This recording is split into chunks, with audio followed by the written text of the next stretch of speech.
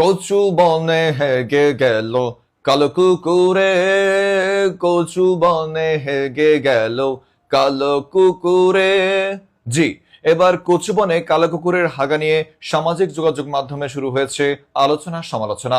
তবে এ নিয়ে সেই কালো কুকুরকে জিজ্ঞাসাবাদ করা হলে সেই কালো কুকুর সাফ জানিয়ে দেয় সে নাকি কচু বনের ধারে কাছেও যায়নি এবং সেই কচু বনের হাগার সাথে তার কোনো সম্পর্ক ছিল না।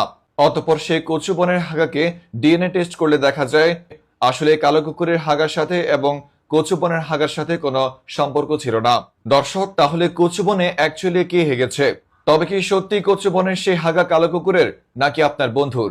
এ নিয়ে বিস্তারিত দেখুন রিপোর্টার ইবলিশ শয়তানের রিপোর্টে।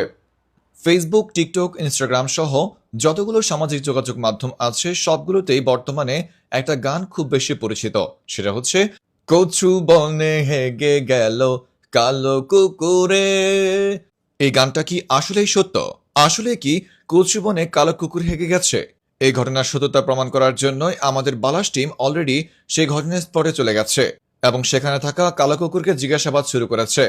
প্রথম অবস্থায় জিজ্ঞাসা করার পর কালো কুকুর সাফ জানিয়ে দিয়েছে এই হাগার সাথে তার কোনো সম্পর্ক নেই এবং যেদিন কচু বনে হাগা পাওয়া গেছে সেদিন নাকি কালো কুকুর সেই এলাকায় ছিল না। এদিকে কচু বনের আশেপাশে থাকা এলাকাবাসী বারবার এটাই বলছে যে কচু বনের হাগাটি কেবল কালো কুকুরের। অন্যদিকে কালো কুকুর বলছে না, এই হাগার সাথে তার কোনো সম্পর্ক নেই।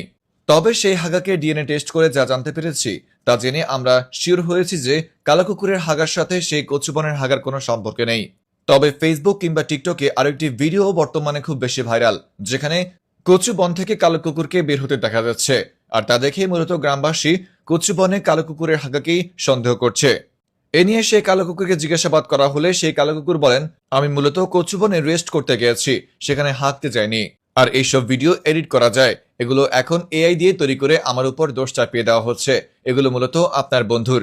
তো দর্শক, আপনার কোন বন্ধু এই কাজ করতে পারে তাকে অবশ্যই এই ভিডিওর কমেন্ট বক্সে মেনশন করতে পারেন। রিপোর্টার ইবলিশ শয়তান ফ্রম নিউজ ভাইয়া।